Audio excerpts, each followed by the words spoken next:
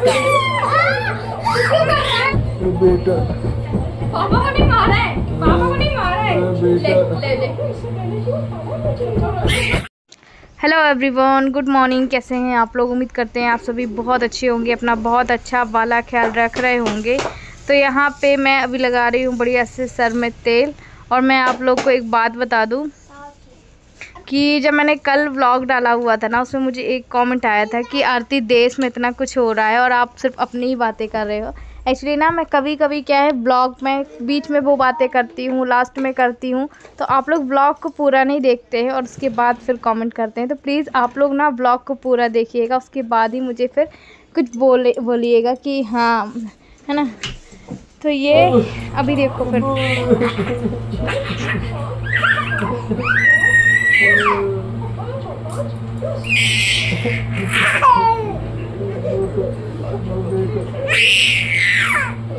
बेटा राजा है सिद्धू, बेटा राजा है,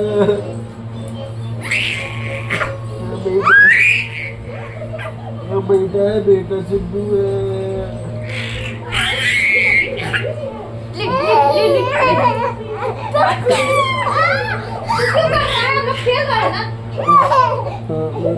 मैं बेटा राजा, बेटा पापा को नहीं मारा है, पापा को नहीं मारा है।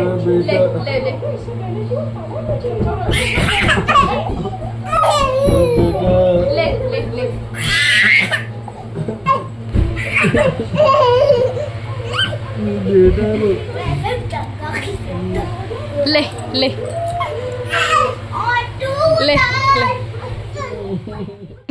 ये देखिए, ये सारी चीज़ें ना मैं साल भर के लिए स्टोर करके रख रही हूँ और सभी लोग रखते हैं ना स्टोर करके। मतलब कि क्या मैं आप लोगों को बोलूँ, मतलब बीन के, छान के, सुखा के। और मैं देव से यही बोल रही थी, देव व्लॉग बनाओ, तो वो कभी तो बनाता है पर कभी ना वो नहीं बनाता। तो मेरे साथ देखो हस्बैंड भी काम करवा रहे थे, मतलब बीनने छानने वाला।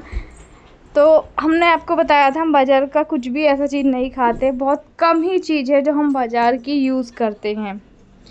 और अभी टाइम हो रहा था दोपहर का, और ना सुबह पानी गिरा था, मैंने कल आप लोगों से बताया था। और दोपहर को ना 3 बजे इतनी कड़ी धूप निकल गई थी। तो कुछ तो ये भी मौसम ख़राब है, कभी धूप निकल रही है, कभी छाँव हो रही है, कभी तेज़ बारिश हो रही है। और बारिश यूँ हो रही थी ना, ऐसा लग रहा था जैसे कि ठंडी टाइप की लग रही थी। तो ये थोड़ा सा मौसम चेंज होता है तो थोड़ा सा भी ना तबीयत ख़राब होता है। तो अच्छा, अभी मैं आप लोगों से मिल रही हूँ और रोज़ कहीं मैं जलती हूँ, कहीं मुझे कट लग जाता है, कभी कुछ लग जाता है, कभी कुछ। तो यहाँ से मैं आप लोगों से एक ज़रूरी बात करने के लिए यहाँ पे आई हूँ। और कहने का मतलब, मैंने अपने व्लॉग में एक दिन और अपनी कम्युनिटी में भी कुछ बातें आप लोगों से शेयर की हुई थी, पता नहीं आप लोगों ने देखा नहीं देखा। तो सबसे पहले मैं आपको बात बता दूं कि हम तो ऐसे अपने घरों में बैठे हैं। देव टीवी मत दी करो, देव हम तो अपने घरों में बैठे, पर आपने सोचा है हम अपने घरों में किसकी वजह से सेफ बैठे हुए हैं? उन सैनिक की, उन लोगों की जो बॉर्डर पे तैनात हैं।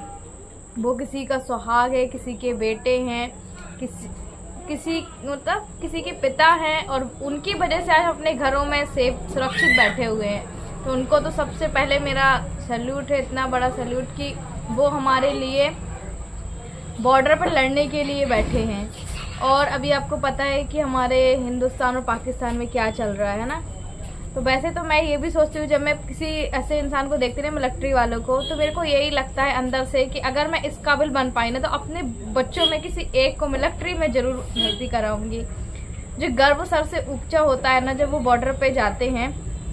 और जब किसी की धराव देव, तो देव से मैंने जिक्र किया, देव देखो उसकी ना कटिंग भी मैंने मिलिट्री वाले जैसे कटाई है। मेरा सपना है कि मैं अपने एक बच्चे को ऐसे ही बनाऊंगी, अगर मैं इस काबिल रही तो। टोपी आर्मी वाला बनेगा ना। हाँ, ये वो टोपी पहनते। तो आप टोपी नहीं पहनोगे क्या? टोपी भी पहनना पड़ता है। तो देव को मैं यही बोल रही थी जब से, और उनको देख के कुछ मेरी आंखें भी नम हो गई। न्यूज़ में इतना सब कुछ देख रही थी। कहने का मतलब, एक सिंदूर की कीमत क्या होती है ना, वो एक सुहागन ही जानती है। और आज ये जो भी सब किए वो हमारे आदरणीय मोदी जी ने, वो किसी सिंदूर जो उन्होंने मिटाया था, आपको पता है कश्मीर में क्या हुआ था, निर्दोष लोगों की हत्या की गई थी सिर्फ और सिर्फ जात पूछ के। तो मुझे गर्व है कि मैंने, जो हमारे देश का प्रधानमंत्री है, हमारे भारत का प्रधानमंत्री, वो नरेंद्र मोदी जी हैं, और मैंने मतलब कि हमने उनको वोट दिया और उन्होंने ऐसा किया। बहुत अच्छा लगा मुझे, हम सबको ही अच्छा लगा। और कहने का मतलब हमें यहाँ पे डर लग रहा था क्योंकि हमारे एमपी में भी अलर्ट था, भोपाल, इंदौर, ग्वालियर, जबलपुर की, उस पर भी सायरन बजाए जाएंगे। हमने भी लाइट बंद की हुई थी, ब्लैक आउट चल रहा था ना, ब्लैक आउट करना है, तो हमने भी 7 से लेके 7:42 तक ब्लैक आउट किया था घर में। हाँ बाबू, हाँ, अपने घर में रोज हम गैस बंद करके सोते थे, टीवी ऑफ करके, स्विच ऑफ तो मोबाइल ऑलरेडी करती हूँ। तो ये सुरक्षित किसकी वजह से हैं? जो बॉर्डर पे तैनात है उनके लिए। तो उनको मेरा सैल्यूट है, जय हिंद, कि वो आ जाए। और पता नहीं कितने लोग शहीद भी हुए हैं, और उनको जब मैं देखती थी ना, कोई 24 साल का है, कोई।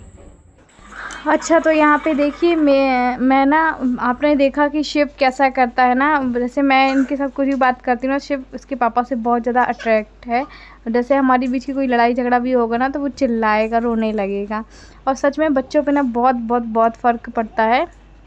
तो यहाँ पे मैं काट रही थी सब्जी, और देखो वो ऐसे बचाता है। मतलब चीज़ें ना, शिव सच में इतना एक्टिव है ना कि वो चीज़ों को बहुत अच्छे से चीज़ों को समझता है कि हाँ, ये मेरा कौन है, मेरा अपना है, पराया है। वैसे तो बच्चा 1 साल बाद समझने लगता है, माँ को तो शुरू से ही समझता है, पर माहौल को देख के ना थोड़ा से बच्चे हैं जो उनके दिमाग में असर होता है, इतना मैंने देखा है। अभी मैं सीधे आप लोगों से नहा धोने के बाद मिल रही थी, और देखो बात करने में लग जाओ ना तो यही पता नहीं चलता है कि कहाँ से मैंने ब्लॉग शुरू किया, कहाँ पे जाके एंड कर रही हूँ, क्या काम कर रही हूँ वो भी नहीं बता पाती हूँ। तो ऐसे ही होता है। अभी मैं देखो यहाँ पे खाना बना रही हूँ और नहा धो के आई थी। हम औरतों की तो यही ज़िंदगी है, बस सुबह उठो, काम करो, बच्चों को नहलाओ धुलाओ, सो जाओ, फिर शाम का यही है ना, सुबह शाम का भी यही है। देखो मेरे को इतना भी टाइम नहीं मिलता है कि मैं कॉम करके फिर अच्छे से व्लॉग बनाऊं। यही है कि कहने का मतलब, हाँ, अगर यहाँ से कहीं जाती हूँ ना तो फिर लगता है बॉडी को रिलीज़ कि मुझे काम इतना नहीं करना पड़ता है।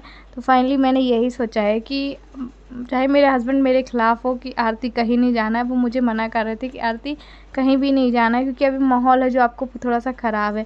पर मैंने कहा नहीं, क्योंकि मेरा ना दिमाग है ना, वो पता नहीं अजीब सा हो रहा है, अभी एकदम चिड़चिड़ापन टाइप का हो रहा है मुझे। तो मैं सोच रही हूँ ना कहीं 2-3 दिन के लिए जाऊँ, भले ही अपने घर ना जाऊँ पर कहीं जाऊँ। मैंने हस्बैंड से बोला कि आप भी मेरे साथ चलो, तो बोलते हैं नहीं।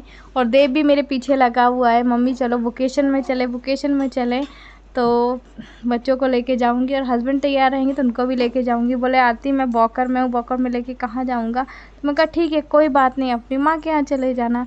ये बताओ मैंने कोई गलत किया? गलत नहीं कहा ना। तो यहाँ पे उसके बाद मेरा खाना बन चुका था, जो कि दाल चावल सब्जी रोटी बनाई थी, और ये आम की चटनी है। आम की चटनी के लिए मैंने थोड़ा सा जीरा और मेथी भूंज के डाले थे। अब देखो ये मेरा चावल, दाल, भिंडी की सब्जी और आम की चटनी, सलाद और ये नमक। खा लूँ उसके बाद मिलती हूँ। खाना खा रही थी ना, सच में इतना ज़्यादा टेस्टी थी ना भिंडी की सब्ज़ी। और सबसे पहले मैं प्रणाम करती हूँ, जब खाना खा लेती हूँ ना उसके बावजूद भी थाली के प्रणाम करती हूँ कि भगवान। क्या हो रहा है? क्या हो रहा? क्यों भाई साहब? क्या हो रहा? गाड़ी टुक टक टक टक। देखो हमारी ये गाड़ी कैसी है, इसके अंदर डिक्की भी है, ये देखो।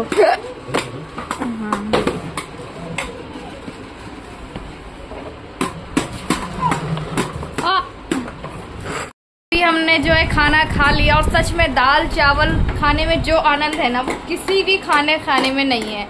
चाहे आपके सामने शाही पनीर ला के रख दो, चाहे आपके सामने कोफ्ते ला के रख दो, किसी खाने में नहीं है। भाई मेरा तो दाल चावल और चटनी फेवरेट है। आम की चटनी तो कुछ ज़्यादा ही फेवरेट है। थोड़ा सा तकलीफ भी करती है। कल भी जैसे मैंने चटनी खाई हुई थी, कल मैंने मठा खाया हुआ था ना, तो मेरा पेट दुख रहा था, क्योंकि आपको पता है मेरा ऑपरेशन है, एक तो टीटी का ऑपरेशन है, ऊपर से किडनी डोनेट वाला ऑपरेशन है। ज़्यादा खट्टी चीज़ें मैं नहीं खा सकती हूँ, पर अपने मन को मार के कभी कभी खाती हूँ। मुझे बहुत अच्छी लगती है दाल चावल के साथ कोई भी चटनी। तो यही है। और फाइनली जो है कि हम अपना ये जो हमने आप लोग को बताया था ना कि हम कहीं जाने वाले हैं, तो अभी देर मत करो, तो हम ये घर छोड़ के कहाँ जा रहे हैं वो आप लोगों को तो बस यहाँ पे ब्लॉग एंड करने वाले हैं। ये देखो ये दोनों बच्चे लोग खेल रहे हैं, एक गाड़ी में वो खेल रहा है कि मैं सोचा ये वाली गाड़ी ना मैं निकाल दूंगी, ये वाली गाड़ी बेच दूंगी। ये वाली मेरे को यही तो नहीं करना ना ठीक ठाक, फालतू में दो है। एक दो शिव उसमें बैठा है, शिव तो अच्छे से बोल्ट सब हमारी गाड़ी देख के सब लोग सो के जाएंगे,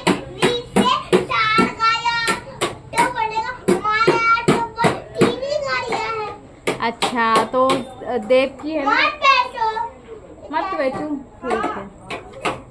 तो यही है। और मैं आप लोगों को बता दूं कि अभी ना हमारे यहाँ ऐसी वाली गर्मी है ना, उमस वाली गर्मी है, नहा क्या लगता ही नहीं नहा क्या है कि नहीं नहा क्या है। और देखो अभी मैं आप लोगों से बात कर रही तो ये पसीना ही है ना, मैंने कुछ भी नहीं लगाया, देखो पसीना ही है। मुझे कुछ ज़्यादा ही फेस में कुछ ज़्यादा ही पसीना आता है और सिर में तेल भी लगा है ना। हेयर फॉल मेरा जब से डेंगू हुआ था ना, जब से कम ही नहीं हो रहा है।